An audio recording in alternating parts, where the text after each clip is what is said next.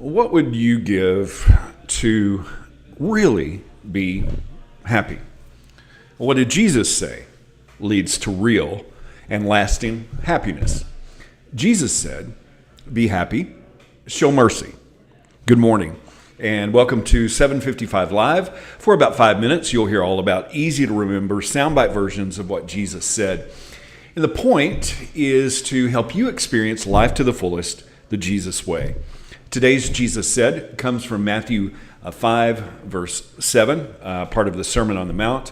And today we'll start by reading several different translations just to kind of give some perspective. We'll start with a more traditional translation, the New King James Version, Matthew 5, 7, where Jesus said, "Blessed are the merciful, for they shall obtain mercy."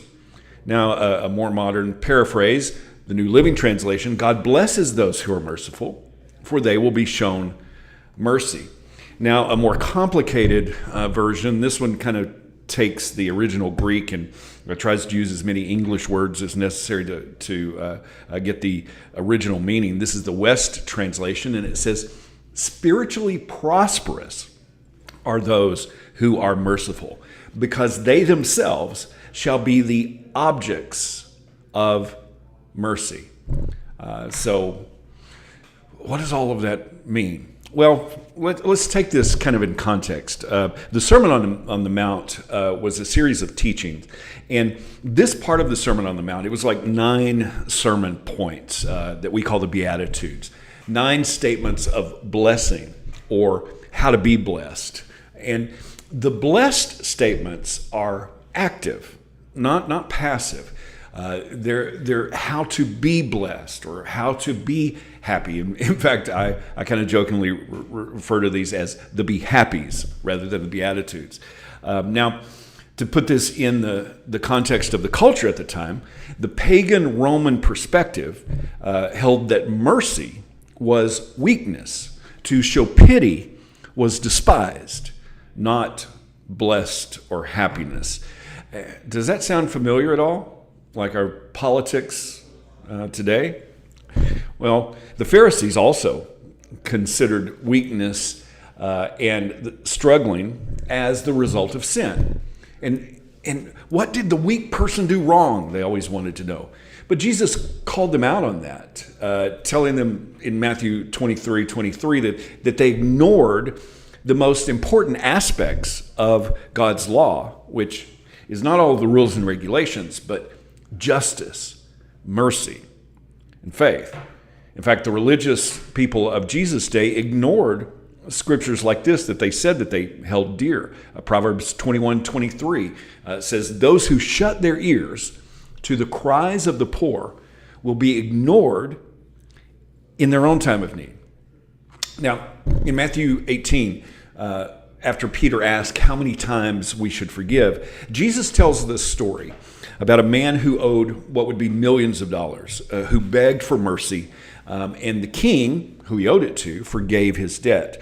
And then this same guy ran into someone who owed him a few $1,000s and had that guy locked up. And so the king heard about it and then punished who he had originally forgiven.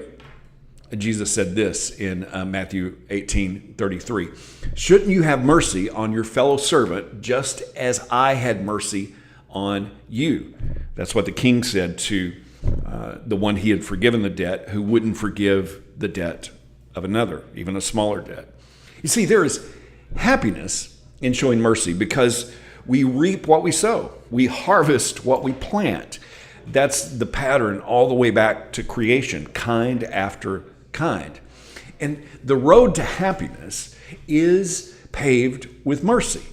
Now, we tend to give ourselves mercy, justifying our own wrong actions because we had good intentions.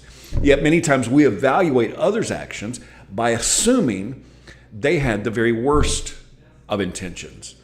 That's no way to be happy. I mean, have you ever met a happy critic? Someone who is judgmental and also joyful?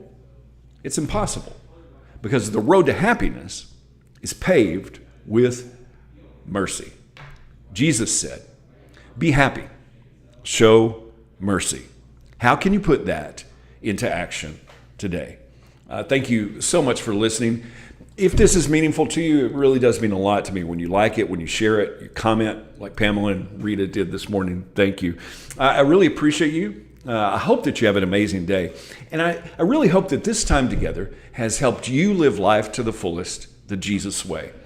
And remember, follow Jesus today. Love first.